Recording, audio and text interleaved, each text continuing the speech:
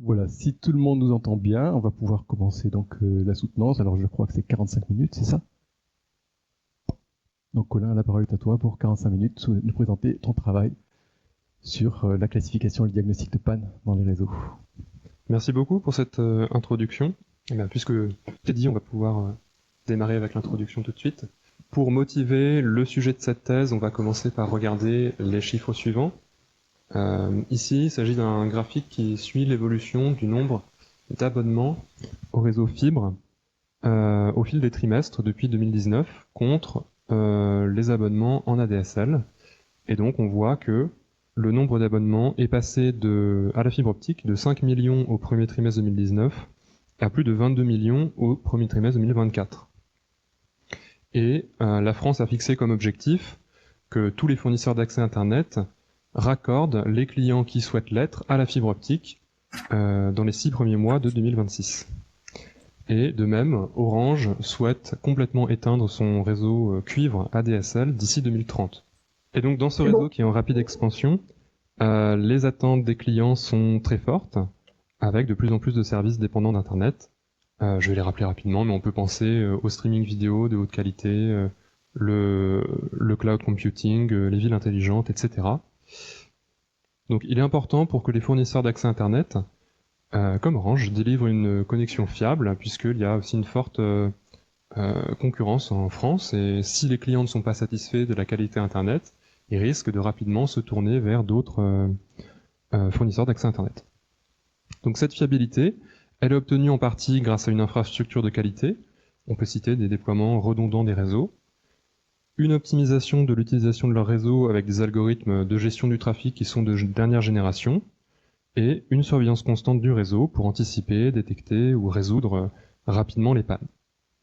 Et enfin, ce qui va nous intéresser aujourd'hui, c'est les outils de diagnostic de panne qui se doivent d'être performants pour pouvoir identifier rapidement l'origine des pannes du réseau.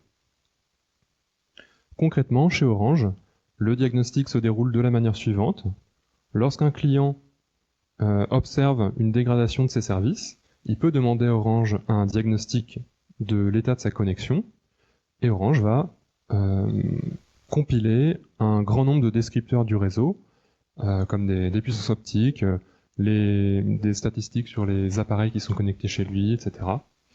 Et cette description du réseau au moment de la panne va être fournie à un système expert qui s'appelle DELC, pour Diagnostic Expert de la ligne client, qui fonctionne à base de règles de décision toutes simples.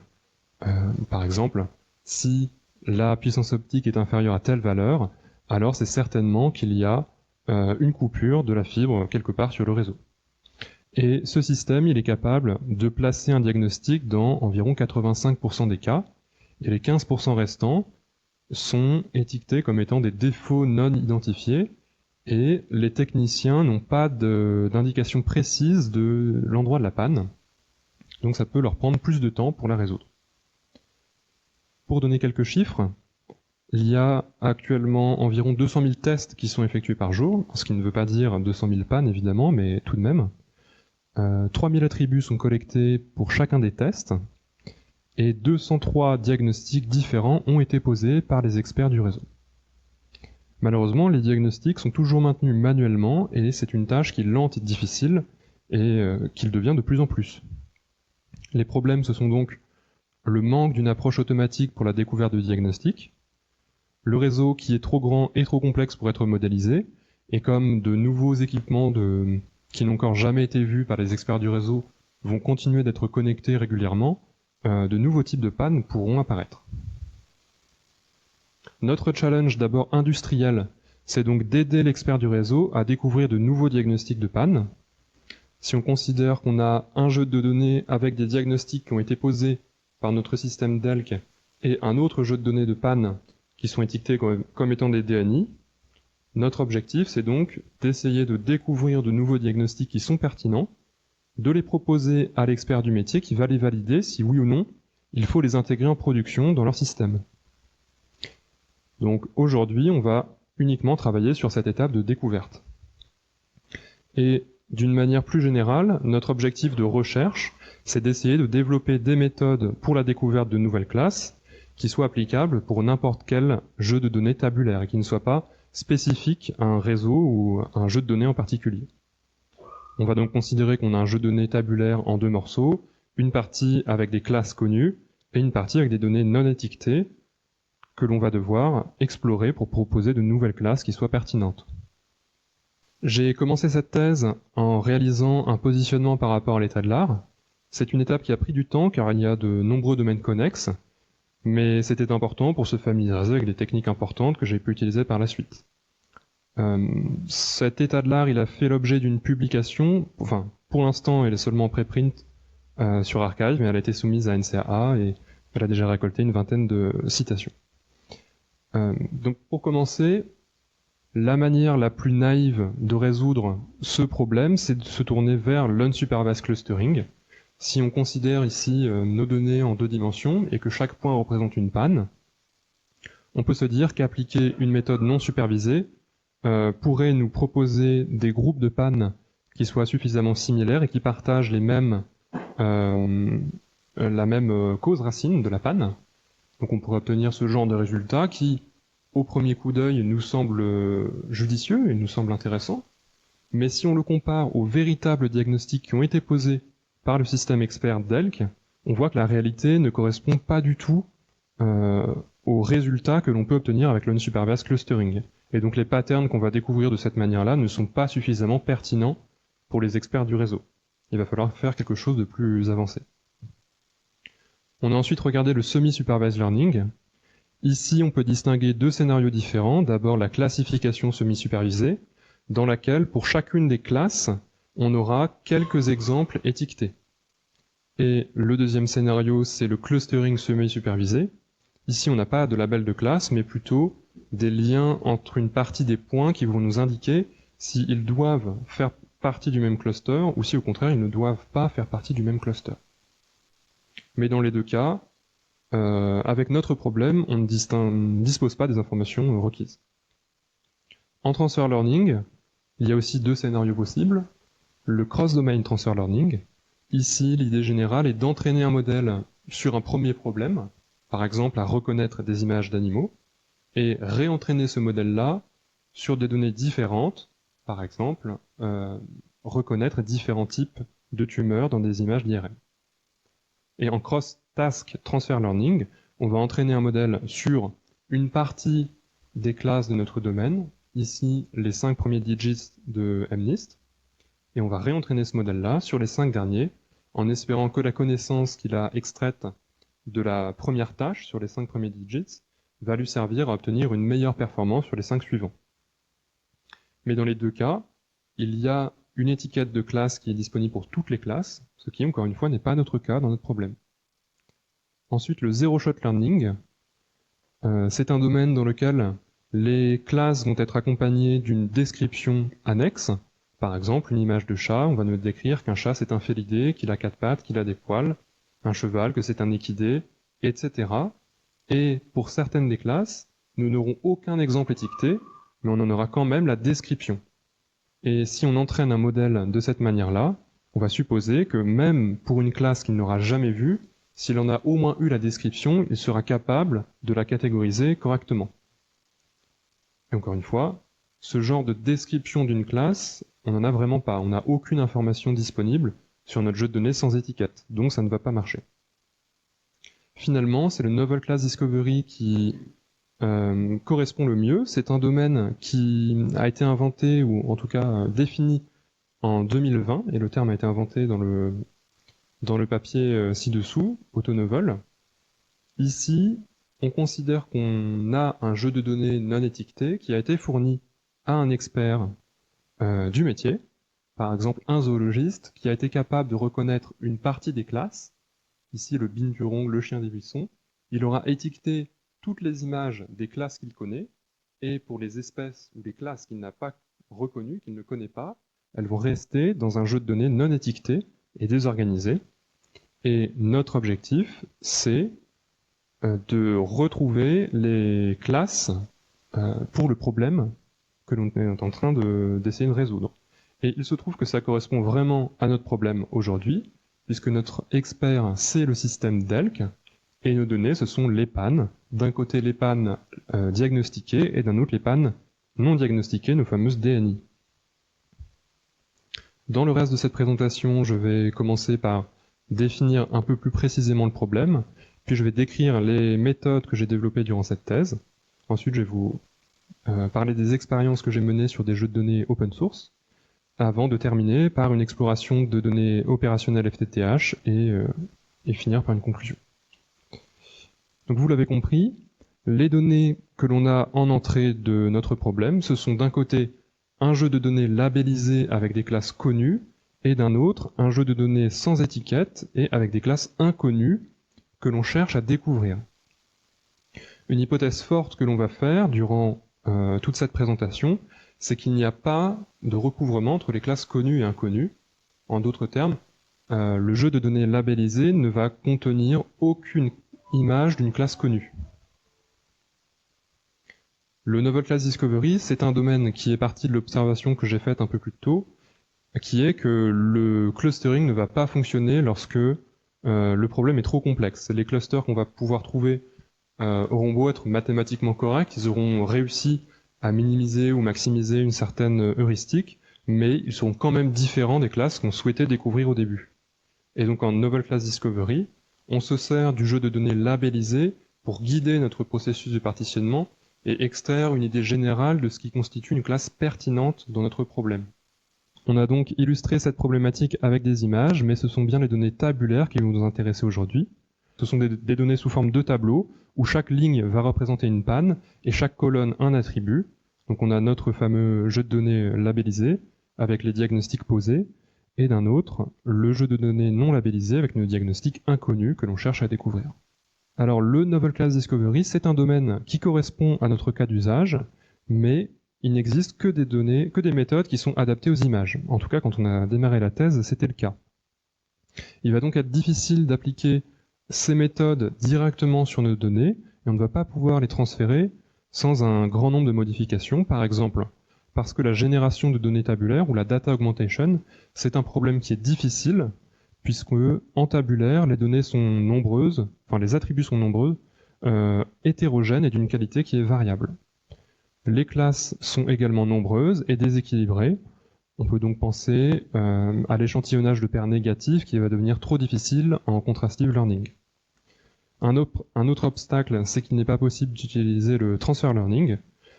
Dans les problèmes avec des données d'image, une pratique courante, c'est de pré-entraîner un modèle sur un jeu de données similaire, par exemple ImageNet, et on va en extraire une première représentation avant même de commencer l'apprentissage, qui sera déjà d'une bonne qualité, dans lesquelles nos données seront proprement représentées. Sauf qu'en tabulaire, on ne peut pas pré-entraîner un modèle de cette manière-là. Et enfin, le Self-Supervised Learning, il est moins efficace, puisqu'il n'y a pas de structure spatiale ou séquentielle des données. On va donc devoir changer plus que l'architecture, et simplement changer les convolutions en des réseaux de neurones denses, par exemple, ne sera pas suffisant parce que les méthodes de NCD en images reposent beaucoup sur ces 4 techniques dont je vous ai parlé juste avant. Les principaux défis que l'on va devoir résoudre durant la thèse, c'est donc d'abord de définir une méthode qui soit parfaitement adaptée aux données tabulaires et à leur spécificité. Ensuite, on va devoir optimiser nos réseaux sans avoir une évaluation objective des résultats, puisqu'on n'a aucune étiquette. Ça, c'est un problème qui est aussi partagé par les méthodes de clustering non supervisées, mais on va voir qu'en Novel Class Discovery, il est possible de se servir des classes connues pour obtenir des résultats qui sont normalement meilleurs. Et enfin, comment présenter les résultats de manière interprétable aux experts du réseau, puisque trouver des groupes de pannes qui partagent la même cause racine, c'est une bonne première étape, mais ce n'est pas suffisant pour les experts du réseau. Ce qu'ils veulent, c'est vraiment une explication de la cause racine de manière interprétable. Les méthodes que l'on a donc développées, il y en a 4, au travers de 2 articles différents. Alors par ordre de complexité, pas vraiment par ordre chronologique, on commencera par NCD K-means, où là l'idée générale est d'essayer d'améliorer l'initialisation des centroïdes en se servant des classes connues. Puis dans NCD Spectral Clustering, on cherchera à optimiser les hyperparamètres du Spectral Clustering, encore une fois en se servant des classes connues. Et les 2 méthodes suivantes, ce sont Tabular NCD et Projection Based NCD, ou PBN pour faire court. Ici, on va prendre deux espaces latents qui vont normalement représenter les données non étiquetées d'une manière beaucoup plus séparable que dans l'espace original des données. Mais on va voir qu'on le fera de manière différente pour ces deux approches. Alors, NCDK-means, je vais la présenter rapidement puisque ce n'est pas la méthode la plus intéressante ou la plus performante, mais elle donnera quand même une bonne première idée de comment utiliser la connaissance des classes connues simplement ou naïvement pour améliorer les résultats. Mais si ça vous intéresse, je peux le détailler en annexe. Donc la première étape de cette méthode, c'est de calculer pour les classes connues qui sont ici coloriées, le centroïde de chacune des classes en calculant le point moyen à l'aide des étiquettes que l'on a. Et la seconde étape, c'est itérativement pour tous les centroïdes des nouvelles classes de choisir aléatoirement un point parmi les données qui sont non labellisées. Et plus on se rapproche d'un centroïde existant, moins on aura de chances de choisir ce point comme étant un nouveau centroïde. Pour faire court, l'intuition, c'est que les centroïdes des nouvelles classes que l'on va initialiser de cette manière-là seront mieux répartis à travers les données, ou en tout cas seront un peu plus représentatifs des nouvelles classes que l'on cherche à découvrir. Et ensuite, on peut simplement faire converger les centroïdes des nouvelles classes sur les données sans étiquette, en suivant l'algorithme de K-means comme on le connaît. Donc on ne s'attendra qu'à une petite amélioration des résultats, puisqu'on travaille encore dans la représentation de base des données et que c'est une méthode encore assez naïve. Pour NCD Spectral Clustering, comme j'ai dit, il s'agira ici d'essayer de transférer les hyperparamètres des classes connues aux nouvelles classes. Comme on travaille avec le Spectral Clustering, les hyperparamètres que l'on optimise, c'est sigma, la température du noyau gaussien qui sert à définir la matrice d'adjacence, et U, le nombre d'eigenvectors dans le spectral embedding. Donc, étant donné un ensemble d'hyperparamètres que l'on aura choisi à l'avance, on va réaliser un partitionnement de toutes nos données d'un coup, avec un spectral clustering qui sera tuné selon les hyperparamètres que l'on a choisis. Et ensuite, on va pouvoir évaluer les résultats sur les classes connues, puisque pour ces données-là, on a les étiquettes et on a la vérité terrain. On va d'abord répéter toutes ces étapes pour de nombreuses combinaisons d'hyperparamètres et choisir celle qui aura obtenu la meilleure performance sur les classes connues. Et donc comme on considère que les classes connues et inconnues partagent un certain degré de similarité, normalement, une bonne performance sur les classes connues devrait aussi se traduire par une performance raisonnable sur les nouvelles classes que l'on cherche à découvrir. Et on peut considérer ici qu'on optimise une nouvelle représentation des données à travers notre matrice d'adjacence, ce qui est une sorte d'espace latent.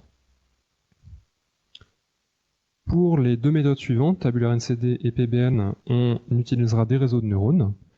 D'abord, TabulaRNCD, pour le contexte, c'est la première méthode que qu'on a définie durant cette thèse.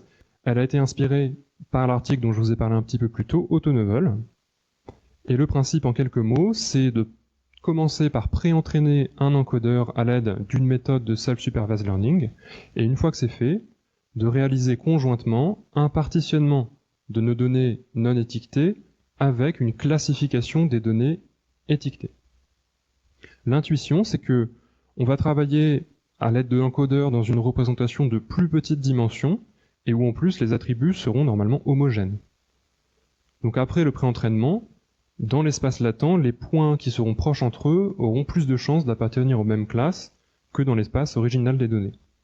Et puisque on réalise une classification des classes connues dans l'espace latent, cette représentation mettra en évidence les caractéristiques importantes qui servent à séparer les classes connues. Et comme je l'ai dit, les classes connues et inconnues devraient partager une certaine similarité, et donc ces caractéristiques devraient aussi permettre de plus facilement séparer les nouvelles classes. Donc la première étape, comme je l'ai dit, c'est d'initialiser un encodeur à l'aide du Self-Supervised Learning. Ici, on a choisi Vim pour Value Imputation and Mask Estimation. Donc comme le nom l'indique, on va demander à notre décodeur, on va demander à notre encodeur et à l'aide d'un décodeur de reconstruire une donnée d'entrée que l'on aura bruitée. Donc on va la reconstruire et prédire le masque qui aura servi à bruiter la donnée d'entrée. Mais ce n'est pas le plus important, c'est plutôt l'étape 2, l'apprentissage conjoint sur les données étiquetées et non étiquetées. Donc notre encodeur, on lui fournit ces deux jeux de données à la fois durant l'entraînement. D'un côté, on aura un réseau de classification qui sera entraîné sur nos classes connues grâce à l'entropie croisée, puisqu'on a l'étiquette de la vérité terrain et un certain terme de régularisation. Et en même temps de cette classification, on va réaliser un clustering de nos données sans étiquette, ici avec une entropie croisée binaire, puisque l'on va définir des pseudo-étiquettes sur nos données non labellisées. Je ne vais pas détailler exactement la manière dont ça marche parce que je n'ai pas le temps de le faire tout de suite, mais si ça vous intéresse, il y a plus de détails en annexe. Les avantages de cette méthode, c'est qu'elle a une grande capacité d'apprentissage. Les pseudo-étiquettes qu'on va définir vont permettre d'apprendre des structures complexes, ce qui va normalement se traduire par une bonne performance. Mais cette bonne performance, elle vient avec un coût, puisqu'il y a beaucoup d'hyperparamètres, 4 au total pour la LOS et 3 pour l'architecture. Le temps d'entraînement sera élevé à cause de la génération des pseudo-étiquettes, et la performance va être assez instable, on va le voir un peu plus tard, mais d'une petite variation d'un hyperparamètre à l'autre, on va obtenir des résultats complètement différents. Ces désavantages nous ont mené à définir une seconde méthode à base de réseau de neurones, qu'on a appelée PBN. Ici, le principe, ce sera d'abord d'apprendre une représentation, où les nouvelles classes devraient être plus faciles à séparer avant de réaliser le partitionnement. Et donc, contrairement à Tabular NCD, on ne va ne faire le partitionnement qu'après notre apprentissage de l'espace latent. Encore une fois, on donne en entrée à un encodeur les données labellisées et non labellisées. Notre réseau de classification est toujours là pour intégrer dans l'espace latent les attributs importants qui permettent de séparer les classes connues et qui devraient aussi permettre de mieux séparer les classes inconnues. Et le second objectif, c'est uniquement un décodeur à qui on va demander de reconstruire toutes nos données à la fois. Cet objectif-là, il est important puisque si on ne faisait que la classification sur les classes connues, on surapprendrait très rapidement sur les classes connues et lorsqu'on projetterait nos données sans étiquette dans la seconde étape, elles seraient très mal représentées. Et donc la deuxième étape, c'est simplement de projeter nos données sans étiquette et de les partitionner avec n'importe quelle méthode de clustering. Ici, on a choisi K-means. Les avantages, c'est exactement l'inverse des désavantages de Tabular NCD, puisqu'on a peu d'hyperparamètres, un seul pour la LOS et toujours 3 pour l'architecture. L'entraînement est rapide, puisque la méthode est simple, et les résultats sont beaucoup plus stables. Par contre, l'inconvénient auquel on peut penser, et qu'on va confirmer ou pas dans les expériences un peu plus tard, c'est qu'on va potentiellement apprendre des structures qui sont trop simples, puisque tout ce qu'on fait, entre guillemets, c'est un clustering dans un espace latent. L'optimisation des hyperparamètres, finalement, c'est la dernière étape importante de notre apprentissage. Comme je l'ai dit, la performance de nos deux méthodes à base de réseau de neurones dépend beaucoup des hyperparamètres que l'on aura choisis. Mais, comme nous n'avons aucune vérité terrain sur les nouvelles classes qu'on cherche à découvrir, il est difficile d'optimiser un objectif. Donc, l'approche que l'on a choisi d'utiliser, c'est de détourner le k-fold cross-validation. Ici, dans chacun des folds de l'optimisation, dans chacun des splits, on va cacher une partie des classes connues. Par exemple, dans le premier split, on va cacher les classes 0 et 1, et le modèle n'aura plus du tout accès à leur label durant l'entraînement, et donc on va lui demander de partitionner à la fois les classes 5, 6, 7, 8, 9, mais aussi 0 et 1. Et ne pourra apprendre que des classes 2, 3 et 4 avec les labels.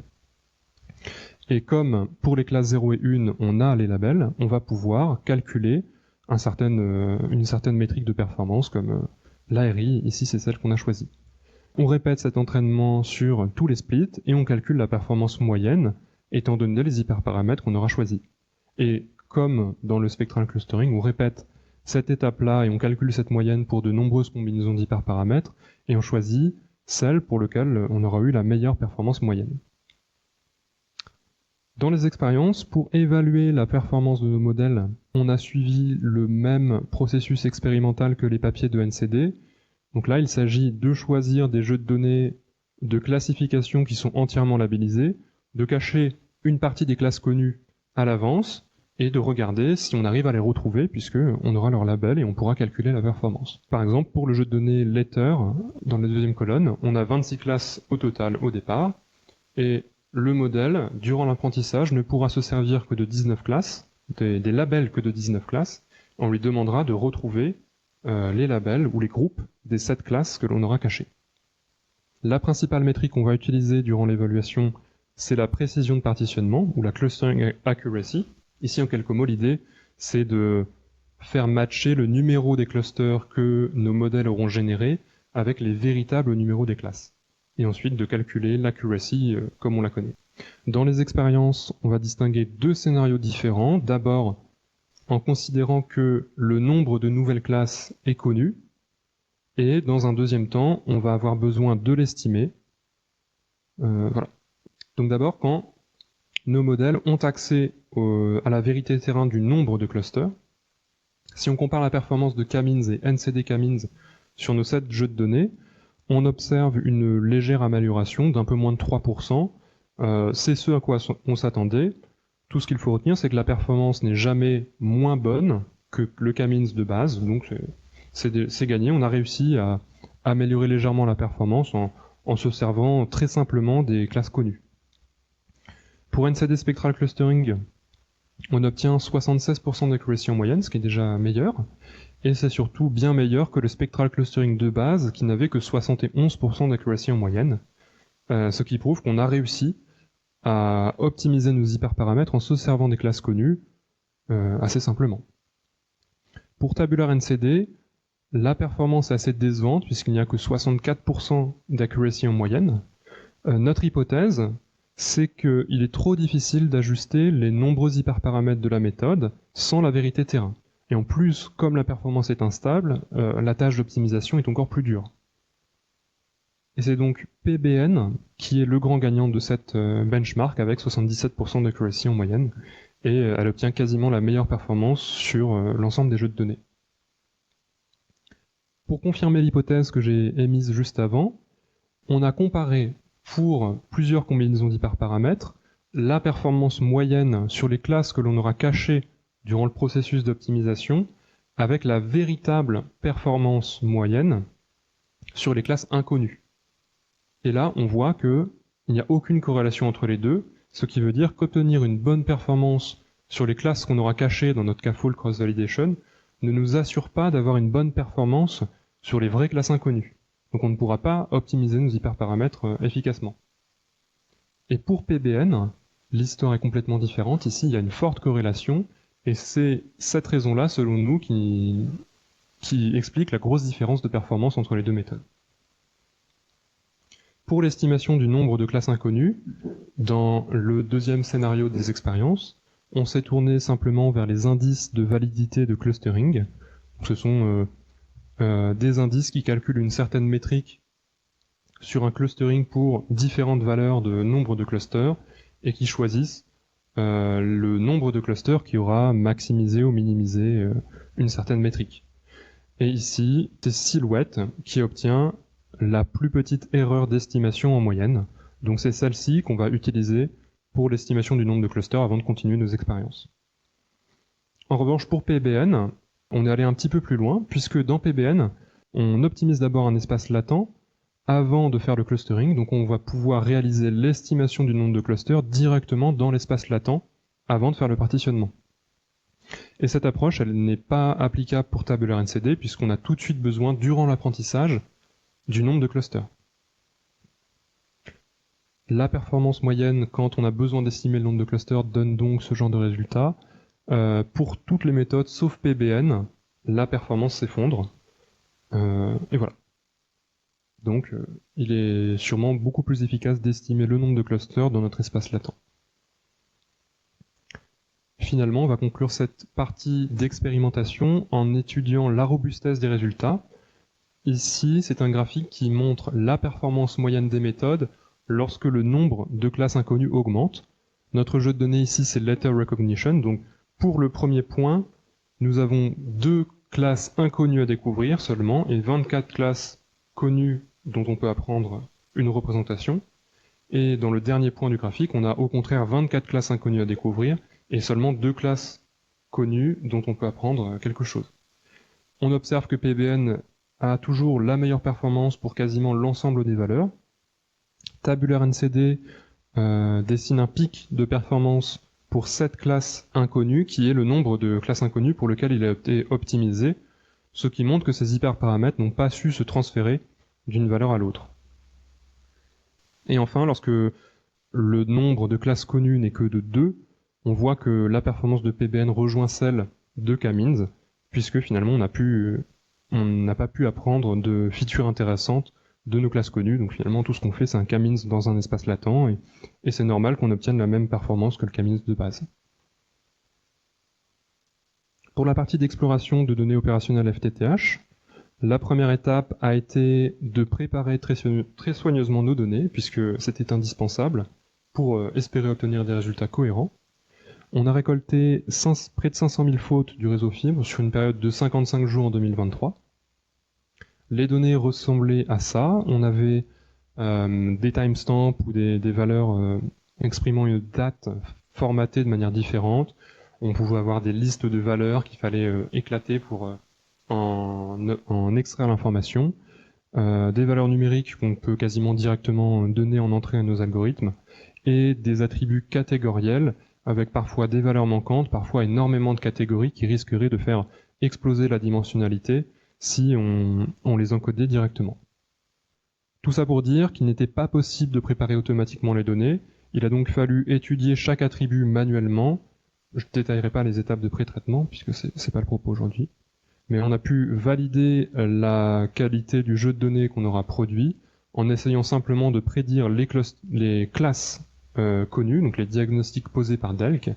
Et si certaines classes, on n'arrivait pas à les prédire, c'est qu'il nous manquait certains des attributs, donc dans ce cas-là, on pouvait les étudier au cas par cas et ajouter les attributs qui nous manquaient. Le résultat, c'est un jeu de données assez difficile par rapport aux autres jeux de données tabulaires qu'on peut trouver sur Internet en open source, puisqu'il y a beaucoup d'attributs, 537, et en plus ils sont hétérogènes. Il y a beaucoup de classes, 203 au total, et en plus elles sont très déséquilibrées. Les deux premières classes sur cette distribution on les a coupées parce que elles auraient dépassé du graphique, et les dernières classes, les moins représentées, on n'en a que moins d'une dizaine d'instances, donc elles sont difficiles à prédire. Et finalement, la définition des classes était d'une complexité variable, avec parfois un seul attribut qui caractérisait la classe, parfois il fallait mettre en relation plusieurs attributs à la fois pour réussir à prédire notre diagnostic. L'objectif des expériences qu'on a menées sur ce jeu de données, c'était d'abord de comparer la performance de nos méthodes sur ce jeu de données pour sélectionner la meilleure méthode dans ce contexte-là, avant de présenter des clusters aux experts du métier. Et on a essayé de valider si on arrivait à retrouver ou non des diagnostics existants à la manière des papiers de Novel Class Discovery de l'état de l'art.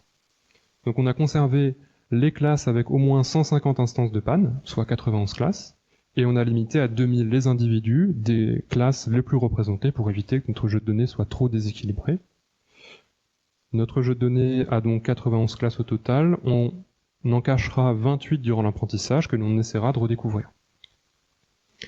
La performance de nos 4 méthodes et des 2 méthodes de clustering de base, la voici. On distingue 2 groupes de valeurs différents.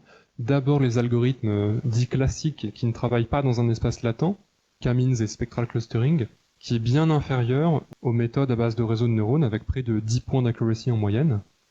Notre hypothèse, c'est que les méthodes à base de réseaux de neurones ont le gros avantage de travailler dans un espace latent où la dimension est plus petite et où les attributs sont hétérogènes, où on va donc pouvoir mesurer des distances plus efficacement. Et PBN reste, encore une fois, la meilleure méthode avec 45% d'accuracy en moyenne, ce qui reste une accuracy assez faible comparée aux autres jeux de données open source qu'on avait tout à l'heure. Mais ça ne nous a pas étonné parce que et ça prouve que c'est un problème très difficile. Et de toute façon, notre objectif, ce n'est pas de découvrir immédiatement toutes les classes inconnues d'un coup, simplement découvrir une classe pertinente qui soit un groupe de panne qui partage vraiment la même cause racine et le présenter à l'expert métier, c'est gagné, c'est vraiment notre objectif. donc pas besoin d'obtenir 100% d'accuracy. Pour l'interprétation des clusters, on s'est tourné vers les arbres de décision. Ici, notre approche, c'est d'entraîner un arbre de décision à prédire chaque cluster, et donc chaque arbre de décision va retracer les attributs les plus importants qui caractérisent les clusters. Donc il faut le lire de la manière suivante. Dans notre arbre de décision, le nœud le plus haut, c'est lorsque le dernier code de mise à jour de la livebox était updating. Ensuite, on déroule. Le dernier statut de connexion était 0 et la dernière alarme n'était pas dying gasp. Et là, on arrive dans la feuille en bleu dans notre cluster. Donc il faut le comprendre comme la session internet des pannes de ce cluster s'est déconnectée durant la mise à jour. Et il se trouve que c'est bien un diagnostic qui existe, ce qui confirme la validité de notre approche. Pour que les experts réseau au sein d'Orange ou d'ailleurs puissent utiliser simplement nos méthodes, on a proposé une interface web. Dans cette interface, on a implémenté nos 4 modèles, K-means, Spectral Clustering, Tabular NCD et PBN. Et il permet aux experts du réseau d'utiliser nos modèles sans coder et sans avoir spécialement de connaissances en data science. Et il permet de générer des arbres de décision comme je vous ai présenté juste avant. Si vous voulez, je peux faire la démonstration juste après. Le code est disponible sur Orange Open Source et il y a une démonstration sur YouTube. Pour conclure les travaux de cette thèse, dans cette thèse, j'ai rattaché le problème industriel de découverte de nouveaux diagnostics de panne à l'état de l'art du machine learning. J'ai proposé plusieurs méthodes de NCD adaptées spécifiquement aux données tabulaires, 4 méthodes qui ont surpassé l'état de l'art. J'ai optimisé sans évaluation objective des résultats la performance et les hyperparamètres des modèles en dérivant une approche du K-fold cross-validation. Et enfin, j'ai exploré les données opérationnelles de panne FTTH et présenté les résultats de manière interprétable aux experts du réseau, à l'aide d'une interface. Quelques perspectives de recherche qu'il nous reste. Une question importante, ce serait de réussir à sélectionner automatiquement les clusters qui sont les plus pertinents, puisque si on propose d'un coup 50 arbres de décision et 50 clusters à l'expert du réseau, ça va lui demander beaucoup de travail de tous les étudier et de tous les valider ou non. Donc pouvoir lui présenter d'abord les clusters qui nous semblent les plus intéressants et les plus probables d'être pertinents, ce serait sûrement précieux. Ensuite, on pourrait imaginer intégrer l'expert du domaine directement au processus de clustering avec des idées de human in the loop. On pourrait lui poser une question comme « Est-ce que ces 2 points doivent appartenir au même cluster ou non ? Est-ce que ces 2 attributs doivent être caractéristiques du même cluster ? Faut-il regrouper ou séparer certains clusters avec du hierarchical clustering par exemple ? Et enfin, les classes connues et inconnues sont-elles effectivement disjointes ? Comme j'avais dit, c'était une hypothèse forte que dans notre jeu de données non labellisé, on considérait qu'il n'y avait aucune instance de classe connue, mais en pratique c'est peut-être faux, ça reste à prouver. En tout cas, il y a aussi un domaine de l'état de l'art qui existe et qui devrait correspondre à ce problème-là. Durant cette thèse, j'ai publié 5 articles différents, notre review de l'état de l'art, la première méthode et sa traduction dans la conférence EGC, notre deuxième approche avec notre deuxième papier de méthode avec nos 3 méthodes et l'optimisation des hyperparamètres, et enfin l'interface interactive dans la démo track de CML. Merci de m'avoir écouté.